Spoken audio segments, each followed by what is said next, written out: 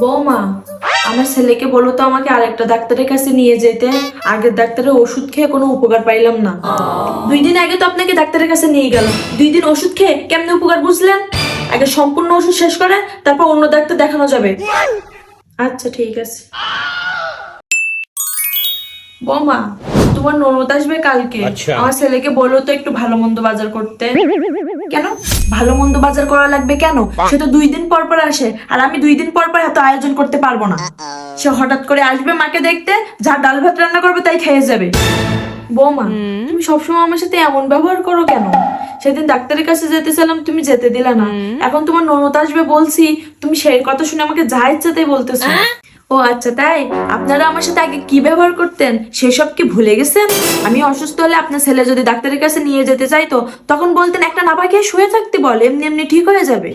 তখন বলতেন ফাও টাকা খরচ করে ডাক্তারের কাছে নেওয়ার দরকার নাই। আর আপনি আপনার মেয়ের কথা বলতেছেন। আপনার মেয়ে আমাকে যে পরিমাণ জ্বালাইছে, তারপরেও তার জন্য যে আমি ভালো মন্দ রান্না করে খাওয়াই, তার জন্য সেটাই অনেক।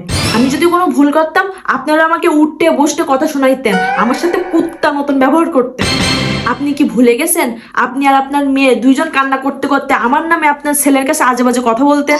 আর আমার জামাই সেসব কথা শুনে কি খারাপ ব্যবহার না আমার সাথে করতো, আর আপনারা সেসব দেখে মজা নিতেন। তখন কি আপনার মেয়ে একবারও চিন্তা করেনি আজ বাদে কাল আমার বাপ মা তো বৃদ্ধ হবে, তখন আমার ভাবির হাতে সংসার গেলে আমাদের কি হবে? শুনেন মা, মানুষের গায়ে আঘাত করলে একসময় সেটা মিলে যায়, কিন্তু মনে আঘাত করলে সেটা কখনো মিলে না। আপনারা আমাকে যে পরিমাণ আঘাত করছেন, আপনাদের দেখলে আমার সেসব কথা মনে পড়ে যায়। কর্ম যেমন করবেন ফল তো তেমনই পাবেন, এসব আপনাদের কপালের লিখন।